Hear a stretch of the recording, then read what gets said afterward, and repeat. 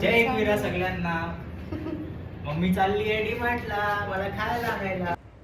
चाललेलो डीमार्टला सामान घ्यायचा घरचा, पण जाम भूक लागलेली. आधी केलो नाश्ता करायला, आलो आया मेंदूवडा खावाला. आणि मी आमचंच मेंदूवडा खातं आहे भैयाच्याकडचा. मला जाम आवडतं, आमच्या कॉलनी नाही, माझा फेवरेट आहे. मी दुसरीकडचा नाही काय, मला इकडचंच आवडतं. आणि याची सांबर आणि जो मेंदूवडा वगैरे असतं ना, जाम भारी असतं, एकदम टेस्टी. पोचलो आया डीमार्टला, या झोला घेतला, बॅगी टेकल्या त्याच्या आणि पिशव्या आणि झोला घेऊन आलो आतमध्ये आणि घेतली बास्केट घेतला आणि लागलो आपला सामान काय घ्यायचं आहे ते घेवायला.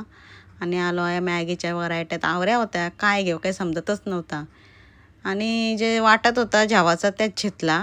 मला काही समजत नाही मॅगींचा, मी तर खायच नाही मॅगी, पोऱ्याला लागतात म्हणून घेतं.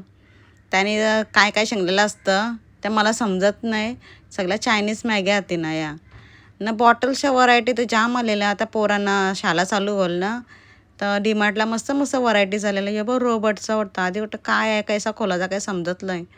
मग हे बघ भारी वाटत होता. पोरा काय शालन या घेऊन शिजेला तर अभ्यास करतीन का खेळतीन, कला या पाहिजे झंझट यायला. आपल्या टायमाला बरा होता, काही नव्हता. एक अशी साधी बाटली नेवायची, झाला काम. मला तर सिंपलच मस्त वाटतात ज्या बॉटल्स असतात त्या. तर जाम व्हरायटीज होत्या, भारी भारी होत्या. ही बा मस्त होती, छोटी होती आणि क्यूट वाटत होती ना. होता या आपला भंडारा संसार सगळा भांड्याकुंड्यांचा. डीमार्टला आलं का सगळे लोक येरीच होतात, यो घेऊ का तो घेऊ. घरात तर आज भांडी असतात तरी भांडी घेवायची असतात. नाही ही बघ कशी स्केल होती. आता ह्यो आयचं सामान असला तर पोरा शालन अभ्यास करतीन का काय करतीन.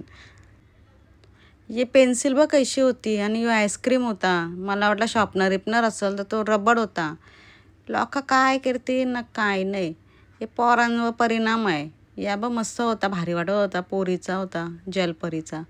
मग आलो घरा, पोचलो एकदाशी, कंटाळा आलता निसा जाय डीमार्टला. अरे हाय कर. तर भेटूया पुढच्या नवीन ब्लॉगमध्ये, तोपर्यंत बाय.